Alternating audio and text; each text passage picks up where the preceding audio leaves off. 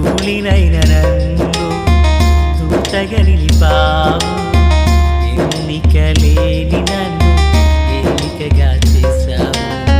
ధూళినైన నన్ను దూతగా నిలిపావు, ఎన్నిక లేని నన్ను ఏలికగా చేశావు. భూమి విరిగి ఫలమిచ్చెను, మేఘమిరిగి వర్షమొచ్చెను, రొట్టె విరిగి వృద్ధి చెందెను, నన్ను విరిచి వాడుకోమయ్యా.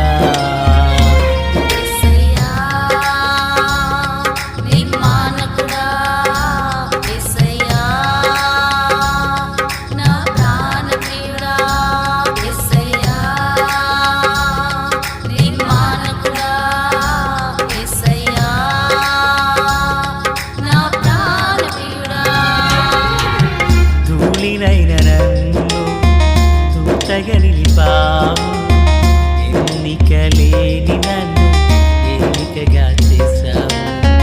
ధూళినైన నన్ను దూతగా నిలిపావు, ఎన్నిక లేని నన్ను ఏలికగా చేశావు.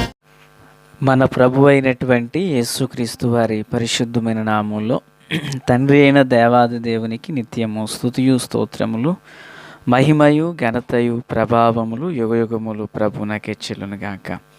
ఆత్మీయులారా, బాగున్నారు కదా? మరో పర్యాయం మనం ఇలాగ కలిసి దేవుని దైవవాక్యాన్ని ధ్యానం చేయటకు గాను దేవుడు అనుగ్రహించిన ఈ మంచి తరుణాన్ని బట్టి మనం ప్రభువుని ఎంతగానో స్తుతించబద్ధులమునై ఉన్నాం. దయగలిగిన ఆయన ఆత్మచేత సమభూమి గల దేశమున ప్రభు మనలను నడిపించునుగాక. ఆమేన్. నేటి దినాన పునరుత్థాన ఆదివారం మనం నేర్చుకునబోతున్న వర్తమానాలు, చదవవలసిన వాక్య పఠనములు ఇదిగో పరిశుద్ధాత్మ దేవుడు మనందరికీ ముందుగానే సిద్ధపరిచి అందించున్నారు. ప్రతి ఒక్కరం ఆయన కృపాసనం యొద్ద నిలిచి ఆయన కృపకు పాత్రులమగుదుము గాక.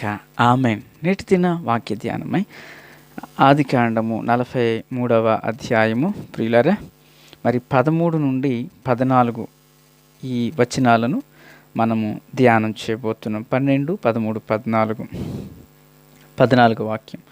ఆ మనుష్యుడు మీ ఇతర సహోదరుని బెన్యామీనును మీకు అప్పగించినట్లు సర్వశక్తుడైన దేవుడు ఆ మనుష్యుని ఎదుట మిమ్మును కరుణించునుగాక. ప్రార్థన. తండ్రి దేవ స్తోత్రాలు. చదవబడి ఉన్న వాక్యము మీది, వినుచున్న వారందరూ మీ వారు. మీ దాసుడనైన నన్ను పూర్ణముగా మరుగు చేసి దైవస్వరాన్ని వినిపింపచేయండి. మీ రాకడ కొరకు, మీ రాజ్యం కొరకు సిద్ధం చేయండి. నీతి సూర్యుని యొక్క ముఖకాంతి మా అందరి మీద ప్రకాశించబడును గాక. దైవ కృపకు నన్ను మమ్ములను అందరినీ వారసులుగా చేయమని సియోనులో నుండి మీ కృపాహస్తం మా అందరికీ తోడయుండును గాక. యేసునామమున దినచర్య అంతటిలో తోడై నడిపించండి. ఆమేన్. ఆత్మీయులారా, బాగున్నారు కదా? ఈ భాగంలో 3 వచనాల్లో యాకోబు తన కుమారులను 2వ పర్యాయం ఐగుప్తు దేశమునకు ఆహారము కొని తెచ్చుటకై యోసేపు నొద్దకు పంపుచున్న సమయం ఇది. నిజానికి మొదట అతడు అంగీకరించలేదు. 2వ పర్యాయము కొంత కానుకలను తీసుకుని వెళ్ళమని ఆ తండ్రి వారికి సూచనలు ఇచ్చి పంపించుతున్నాడు. పంపించేటప్పుడు ఏమని మాట్లాడుతున్నాడంటే, ఒకవేళ అది పొరపాటై మీ గోని సంచులలో ధనాన్ని పెట్టి చేసి ఉండొచ్చు. సరే, ఏదేమైనా మీ తమ్ముడు కూడా తీసుకెళ్తున్నారు కదా, ఆ మనుష్యుడు బెన్యామీనును మీకు అప్పగించినట్లు సర్వశక్తుడైన దేవుడు ఆ మనుష్యుని ఎదుట మిమ్మల్ని కరుణించునుగాక. దేవుడు మీకు తోడుగా ఉంటాడు. నేను పుత్రహీనుడనై ఉండకపోయినా అదే వేరే విషయం, కానీ దేవుడు మిమ్మల్ని కరుణించును గాక అని చెప్పి తన కుమారుని దీవించి పంపిస్తున్నాడు. అంటే యోసేపు కఠినంగా మాట్లాడాడన్న సంగతి వాళ్ళకి తెలుసు కదా. ఇక్కడ మనం నేర్చుకోవలసిన మాట ఏంటంటే, ఒక తండ్రి తన పిల్లలను ఎప్పుడు దీవించాలి అనేది ఒక పాఠం మనం నేర్చుకోవాలి. మన నోటి మాటకు శక్తి ఉంటుంది.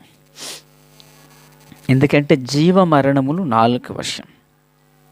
ప్రియులారా, మనం జీవాన్ని పలికితే జీవమే, మరణాన్ని పలికితే మరణమే. ఎందుకంటే మన నోటికి దేవుడు శక్తినిచ్చాడు, నాలుకకు. ఇప్పుడు యాకోబు ఏమంటున్నాడు? అయ్యా, ఆ మనుష్యుడు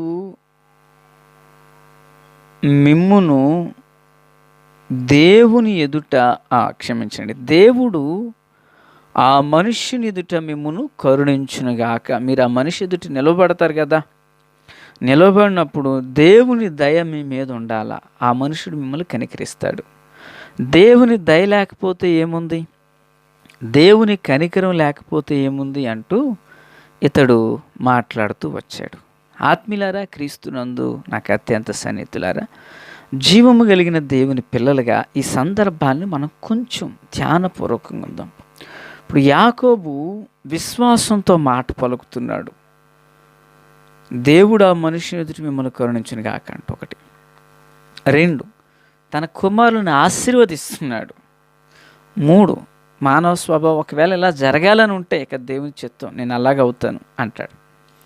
1, పంపకపోతే బాహ్య సంబంధమైన ఆహారంతో వాళ్ళు ఇబ్బంది పడతారు. పంపితే ఈ బెన్యామీను తిరిగి వస్తాడో రాడో తెలీదు. కనుక ఇప్పుడు ఇక చేసేది ఏదీ లేదు, తన చేతుల్లో అంటూ ఏమీ లేదు. ఏది జరిగినా దేవుని చిత్తం, దేవుని ఉద్దేశం. దేవుడు తాను చెయ్యదలంచిన కార్యాన్ని చేస్తారు, జరిగించవలసిన కార్యాన్ని జరిగిస్తారు. ఇది యాకోబు యొక్క ఆలోచన. మరో మాట, యాకోబు పని చేయడానికి కూడా గత కాలంలో జరిగిన అనుభవాలు ఏంటి? యబ్బోకు రేవులో రాత్రంతా పెనుగులాడు ప్రార్థన చేశాడు. మీదపడి చంపవలసిన అన్నగారు ఏం చేశాడు? యాకోబును యాసావు కనికరించాడు. కనికరించిన ఆ కారణం యాకోబు గుర్తుంది. ప్రియులారా, కనుక తన జీవితంలో దేవుని యొక్క దయ, దేవుని యొక్క కృప పొందుకున్న అనుభవాలు తనకున్నాయి. కనుకనే విశ్వాసంతో ఈ పని చేయగలుగుతున్నాడు. ఈరోజు దేవుని పిల్లలుగా మనకు భిన్నంగా ఎన్నో ప్రతికూలమైన పరిస్థితులు ఏలుబడి చేస్తూ ఉండుండొచ్చు. ఒక్క మాట పిల్లరా, ప్రతికూలమైన విషయాలు నువ్వు అనుకూలంగా ఎందుకు మాట్లాడలేకపోతున్నావు? యాకోబు పరిస్థితులు ప్రతికూలం కానీ అనుకూలంగానే మాట్లాడుతున్నాడు. గొలియాతును పడగొట్టడం దావీదుకి ప్రతికూలమే, కానీ ఏమంటున్నాడు? యుద్ధము యెహోవాదే. ఆ దేశాన్ని స్వాధీనం చేసుకోవడం కాలేబు యెహోషువలకు తెలుసు అది అసాధ్యమేనని. కానీ వారిలో నమ్మకం ఏంటంటే దేవుడున్నాడు, దేవుడు చేస్తాడని. ఈ మాటలు వినిచిన ఆత్మీయులారా, నీకెన్నో విషయాలు ప్రతికూలంగా ఉండవచ్చు. అయితే ఈ దినాన్ని ఒక మాట జ్ఞాపకం చేస్తున్నా, నీ ప్రతికూలమైన పరిస్థితుల్లో అనుకూలంగా నువ్వు ఎన్నిసార్లు మాట్లాడగలుగుతున్నావు? జస్ట్ విల్ ట్రై, ప్రయత్నించు. యాకోబు అదే చేస్తున్నాడు. ఆ మనుషుని ఎదుట మీరు నిలవబడినప్పుడు దేవుడు మిమ్మల్ని కరుణించునుగాక. అతడు కఠినంగా మాట్లాడి అన్నారు. మీ కళ్ళ ఎదుటే మీ సహోదరైనటువంటి వ్యక్తిని షిమ్యోను బంధించి జైల్లో వేశాడని చెప్తున్నారు. మీరు బెన్యామీను తీసుకుని వెళుతున్నారు. మీరు ఆ మనుషుని ఎదుట మీరు ఎప్పుడైతే నిలవబడతారో దేవుని దయ మిమ్మల్ని కనికరిస్తుంది. ఆత్మీయులారా, విశ్వాసంతో పలికాడండి. ప్రతికూలమైన పరిస్థితులన్నిటి మధ్య విశ్వాసంతో పలుకుతున్నాడు. అద్భుతం జరిగింది అక్కడ. మరి ఈరోజు దేవుని పిల్లలుగా నీ చుట్టూ ఎన్నో పరిస్థితులు, బహుశా బిడ్డల ద్వారా కావచ్చు, భార్య ద్వారా కావచ్చు, భర్త ద్వారా కావచ్చు, నీ చుట్టూ ప్రక్కల నీ కొలిక్స్ ద్వారా కావచ్చు, నీకు ఎన్నో పరిస్థితులు ప్రతికూలమైనవి ఉన్నాయి కాదంటలా. అయితే ఇదిగో నిన్ను ధైర్యపరచడానికి ఈ మాట ప్రభు మాట్లాడుతున్నారు. శ్రద్ధగా విని నీవు కూడా విశ్వాసంతో మాట్లాడు, విశ్వసించి పలుకు. ఈ దినాన నిన్ను ఇబ్బంది పెట్టిన వాళ్ళు రేపటి దినాన నీ మంచితనాన్ని గుర్తెరగబోతున్నారు, వారిని విలువను గ్రహించబోతున్నారు. నిషేధించబడిన రాయి మూలకు తలరాయి అయినట్లుగా దేవుడు నీ పక్షమున తన కార్యం చేస్తారు. నీ నోటి మాటకు శక్తి ఉంది. బహుశా ఈ మాట చెప్పడానికి ఇష్టపడుతున్నాను. నీ జీవితంలో ఇప్పటివరకు అప్పులతోనే ఉన్నావు, కానీ నీకు మరో రోజు కూడా రానై ఉంది. నేనే అప్పించేంత స్థానంలోకి నేను వెళ్ళబోతున్నాను. పలుకు, విశ్వాసంతో పలుకు, నమ్మకంతో పలుకు. ప్రియులారా, యాకోబు ప్రతికూలంగా పరిస్థితులు ఉన్నప్పుడు అనుకూలంగా పలకలేదా? యోసేపు చనిపోయిన సంగతి తెలియదు, చనిపోయాడు అనుకుంటున్నాడండి యాకోబు. ఆ మనుషుడు కఠినంగా మాట్లాడుతున్న కుమారులు సాక్ష్యం ఇచ్చారండి. అలాంటి పరిస్థితుల్లో కూడా అయ్యా మీరు వెళ్ళి నిలవబడండి, దేవుడు మిమ్మల్ని కరుణిస్తారు. ఎందుకంటే మనుషులు మనల్ని మర్చిపోతున్నారేమో, దేవుడు మనల్ని మరొక జ్ఞాపకం చేసుకుంటాడయ్యా. మాటలు వినుచున్న ఆత్మీయులారా, ఓ అన్నా, ఓ చెల్లి, నీ ఎడల దేవుడు కనికరాన్ని చూపే దినములు ఆసన్నమైనవని విశ్వసించు, నమ్ము. ప్రతికూలమైన పరిస్థితుల మధ్య అనుకూలంగా నువ్వు మాట్లాడు. కాలేబు యెహోషువల వలె ధైర్యంగా నిలవబడు. ఎదుట గొలియాతు వంటి సమస్యని ఎదుట ఉన్న దావీదు వలె విశ్వసించి పలుకునే సింహాన్ని జయించినప్పుడు, ఎలుగుబంటిని జయించినప్పుడు, ఏ దేవుడు నాకు తోడుగా ఉన్నాడు, ఇదిగో ఈ సమస్యను జయించడానికి కూడా దేవుడు నాకు తోడుగా ఉన్నాడు, యుద్ధం యెహోవాదంటూ దావీదు మాట్లాడితే నువ్వెందుకు పలకలేకపోతున్నావు? నీ మంచితనాన్ని నువ్వు తక్కువ చేసుకుంటున్నావు, నీ నమ్మకత్వాన్ని నువ్వు వృద్ధి చేసుకోలేకపోతున్నావు. విశ్వసించు. ధైర్యం, ధైర్యం, ధైర్యం. దేవుడు మనకు తోడుగా ఉన్నాడు. యెహోవా రాఫాగా స్వస్థపరిచే దేవుడు, యెహోవా షమ్మాగా తోడై ఉండే దేవుడు, యెహోవా నిస్సిగా నీకు జయమునిచ్చే దేవుడు ఉన్నాడు. నిషేధించబడిన రాయి మూలకు తలరాయిగా ఎంచిన దేవుడు, త్రోసివేయబడిన యొప్తాను గొప్ప చేసిన దేవుడు, భయంతో నలిగిపోతున్న గిద్యోనుడు ధైర్యపరిచిన దేవుడు. ఇదిగో ఈ మాటల ద్వారా మన యొద్దకు వస్తున్నాడు, మన ధైర్యపరచడానికి వస్తున్నాడు ఆయన. విశ్వసించు, విశ్వాసంతో పలుకు.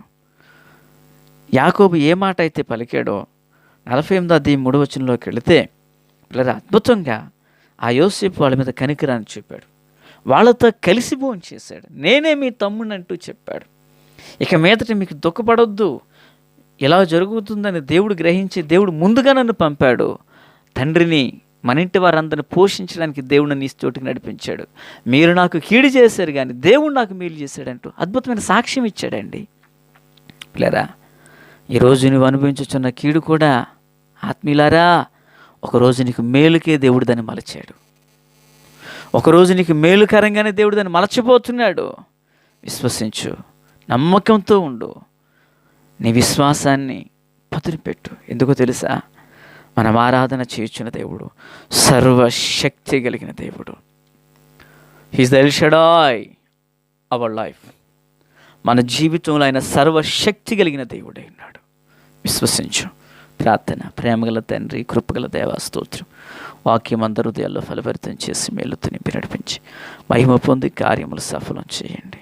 యేసు నామములో ఆమేన్. Praise the lord.